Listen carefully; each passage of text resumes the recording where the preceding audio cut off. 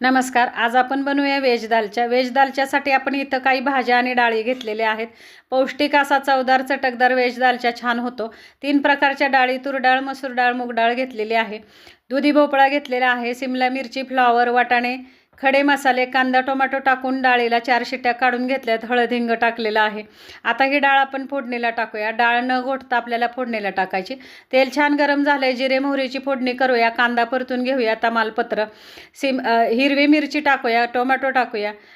चिरलेला दुधी भोपळा टाकून आपण पावडर मसाला टाकूया. लाल मिरची पावडर, धणे जिरे पावडर, घरगुती मसाला, गरम मसाला आणि किचन किंग मसाला टाकून आपण दालच्या फोडणीला टाकूया.